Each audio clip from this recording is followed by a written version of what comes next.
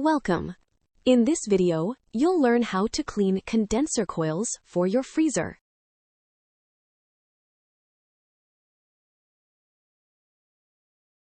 Begin by unplugging the freezer from the wall outlet before cleaning the condenser coils. Carefully move the freezer slightly away from the wall to access the rear section. Locate the condenser coils at the rear of the freezer, typically positioned near the compressor. Inspect the rear condenser coils for visible dust, lint, or debris before cleaning. Use a soft brush to gently remove dust from the condenser coils.